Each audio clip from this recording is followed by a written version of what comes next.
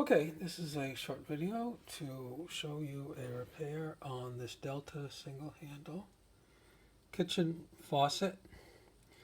The problem I was having with this was that I was getting water leaking out at the base, and I think possibly also here when this was rotated and it was on. If you didn't rotate it while you turned the water on, it would be fine. And normally it was just 1 or 2 drops. It's not a big deal.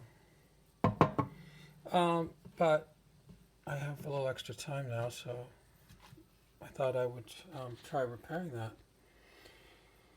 And it needed 2 new O-rings here. Now, that's the easy part. The hard part is getting at it. So on this assembly, first thing you have to do is get off the handle, and the handle has got this 1/8 of an inch Allen screw that you need an Allen key to remove. And when removing that, you can easily get to a point of breaking something, either stripping off the Allen screw if your Allen key's not the right size, or you can break the Allen key. And checking online, I found many people have to drill that out.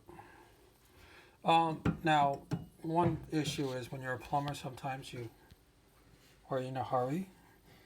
You need to do something right away or within the next 10 to 15 minutes or something. Now, so what I used PB Blaster. I tipped this to the back so that this cavity would actually hold liquid. And then I just let the PB Blaster sit there.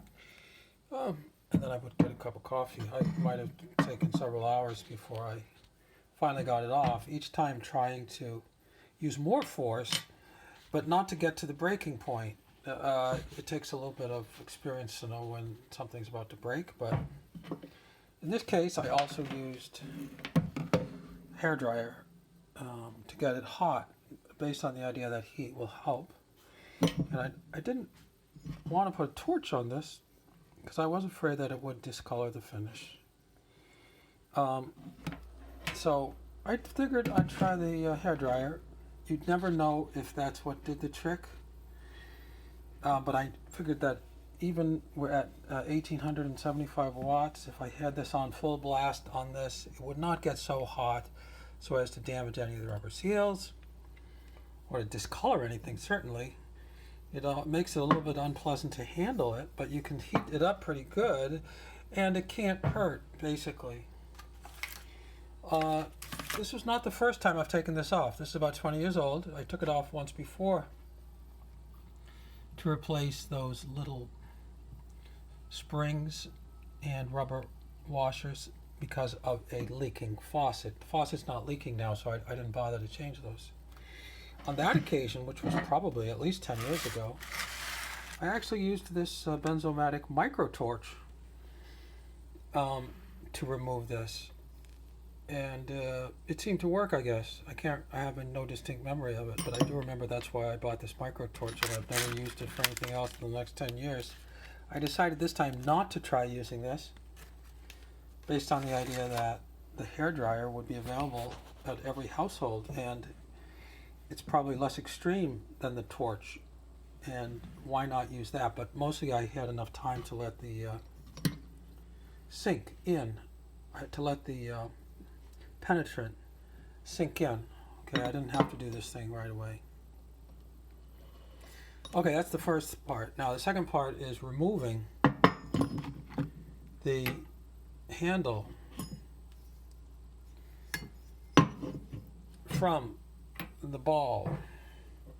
This is another source of corrosion, and this is another spot where this will frequently break, because pulling this off is not easy.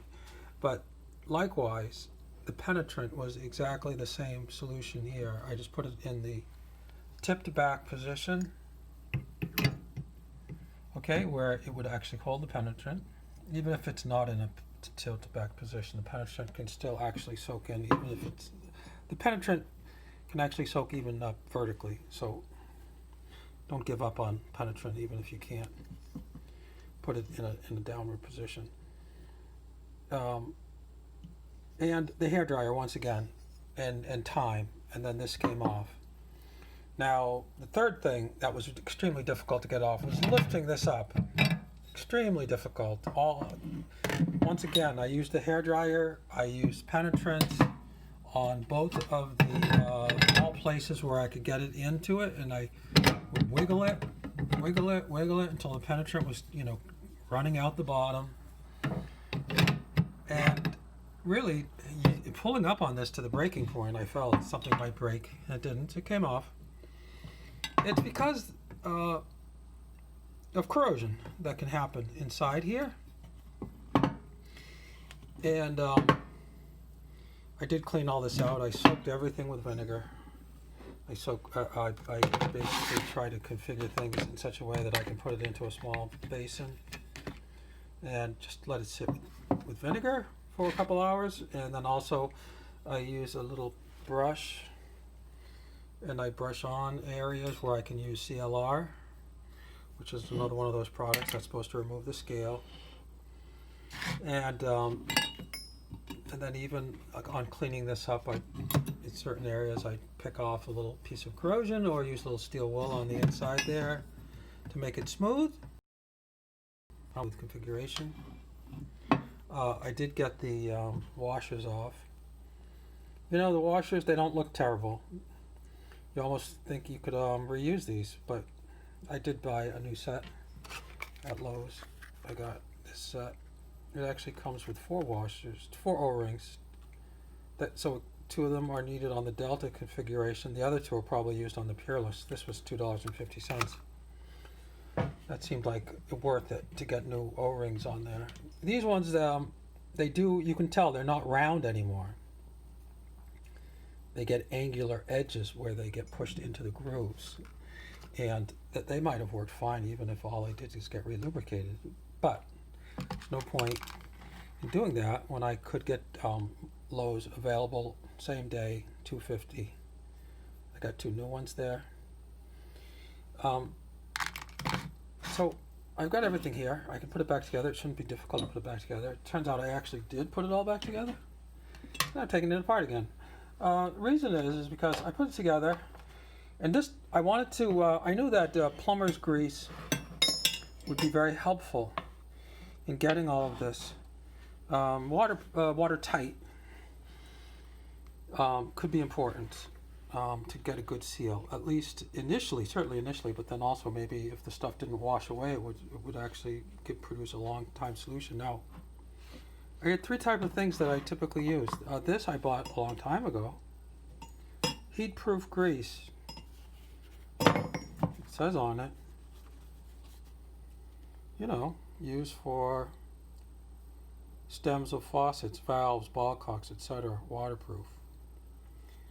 I said, gee, could I use this in this case? Is this going to be bad if for potable water? Well, I looked online. I didn't. You'd think it'd have a precaution if you weren't supposed to use it. It says it's got mineral. It's a petroleum product. It turns out it's not approved for potable, but it's not really toxic. But the thing about it is the petroleum product is actually what I found is it's not good for the O-ring. It could cause the O-ring potentially to degrade or swell or something like that. So it's not recommended. I did actually use it because it seemed to be the thicker of the ones. And I put it on without thinking. Then after sleeping on it, I said, oh, okay, maybe I should try one of those other ones. These are the ones that I've purchased over the years. This one actually says waterproof plumber's grease. Well, it's from a company, doesn't actually say plumber's grease, but it says Plum Master. It does also say that it's NSF. Somewhere on that says that. There it is, NSF 61, National Sanitation Foundation. That is approved for potable water. Silicone grease, they sell that right at Lowe's. It's a little tube of silicone grease for the faucets. Now this one just says 90%. Doesn't say, I got it at a hardware store. I'm not sure what I bought it for. It doesn't say it's for plumbing. The other 10% could be toxic. Who knows? I have no idea. It would probably work fine. This will probably work fine. So what I've decided to do is I'm going to try this one on the reassembly, just because it said the NSF on it.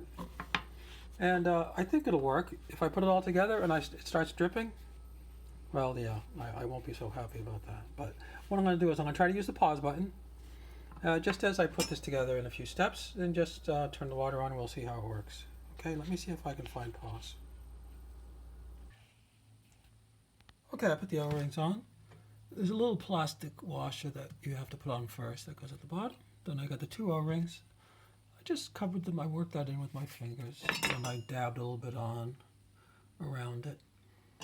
Little trick is to put the top one on first, and then the second one slides over the top one. If you put the top one, first one on down to the second one, then you have to put the top one. You have to do a little bit more work on getting them over the grooves, but it's incredibly minor, but I noticed the plumbers like to do that. Okay, now the next step is to slide this on. Now, this might just slide on. You just one hand because it's been lubricated. But it still looks like, there we go. Yeah, okay, so I was able to just kind of force it over the O-rings. It slides smoothly. They're new O-rings, so the lubrication here may not be the most critical factor here. And like I said, I've already had this assembled. So now I'll just hit pause, and I'll get to the next part. Okay. Okay, the next piece to go in is whatever this is called, this ball. I just took some of the that grease, just wiped it, very thin coat over it. Not really sure if this is going to matter. This really only goes in one way. It's because it's got that little slot and there's a little pin. When you take it apart, it's nice to photograph it to make sure it goes back the same way, but on this faucet I noticed there really isn't a way to put them in the wrong way. They won't really go back together, but that's how that slides in. Okay, I'll just hit pause again. Okay, the next piece to go on is it's actually two pieces, but I never really separated these. Well, I did take them apart, but I put them back together now. I just wiped some of that grease with my finger on here, and also on the upper part of the ball. I took the ball out again. I forgot. I should have had that grease smeared on the top side too. This has a little index mark in it, so once again, it is a notch on the side. It only goes in one particular direction. You can't really get that. So you just push that in. The ball should slide smoothly in there. Okay, we're going to tighten that up. I can do another step here with one hand. There's this little colored ring. It seems to go on either way. It just slips on there, no big deal. Okay. Then the next step after that is going to be to tighten this down. And I'm going to use the wrench for this, so I'm going to put pause again. Okay, I happen to have an adjustable wrench that is wide enough to span that, so that was not a problem. You don't want to mar chrome, but in this case it has these hex flats, so it's actually easy. The thing about this is I'm not sure exactly how hard to tighten it, because once you tighten it to a certain point, it will make it somewhat more difficult to tilt this. Now once you have this on, you have significant leverage. So, but the thing is, there's two ways to tighten this seal. One of them is this lock ring, and the other one is just the overall thing. So my thought was that this should be on rather tight.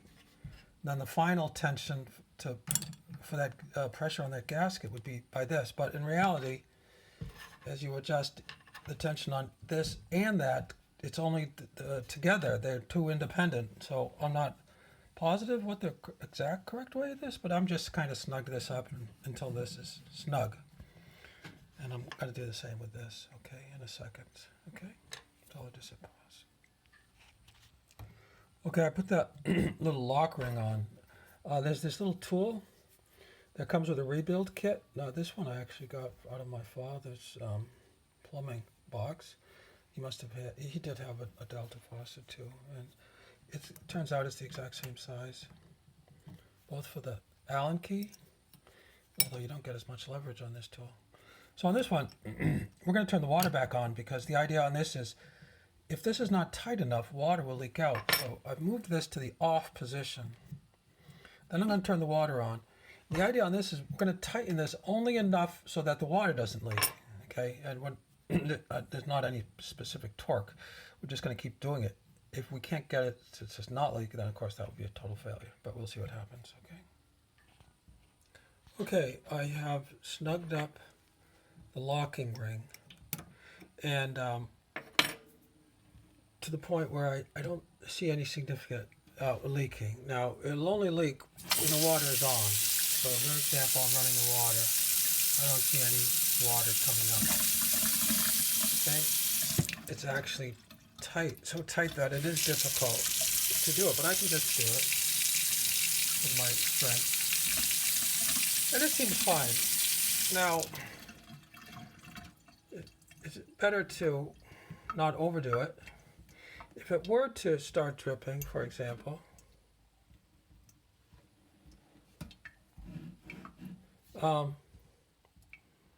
you'd know about it, okay? Because it would start to drip underneath this cap, and you could always take the cap off and tighten it up a little bit, okay? So there's no such thing here as perfection. If there were teeny amounts of visible water, that shouldn't be a problem because it may not cause a dripping issue. Okay, so I'm going to say this is good to go anyway, provisionally, until the sink is operated for a week or so and to see whether or not there's really an issue. Okay, now I'll just put on the top and give the final test. Okay, this is the final test. The final test is to let the water run and then to swivel the spout to see if any drops come around here. This is where the O-rings have to be sealed properly. And I'll try it for the hot and for the cold. And it seems to be working fine. There's no water dripping out from under here. But you might not notice that for a while anyway. That might not be a problem. So it seemed fine. I didn't see a problem. So I think everything's going to be fine now. I will mention that before I did this repair, not only was the water leaking and I knew these O-rings needed to be replaced, but the faucet also had another idiosyncrasy, and that was when turning it off, when it was in the exact center down position, there would actually be a drip. And to get it to stay off, we'd have to tilt it slightly. So there was something happening with that ball there was a dead spot or something, and we've been living with that for a long, long time. You might say it's not a problem because once you get used to how you have to position it, my wife didn't really like it because she wanted to be able to just put it down, walk away, not put it down and then move it to a slight intermediate position, okay?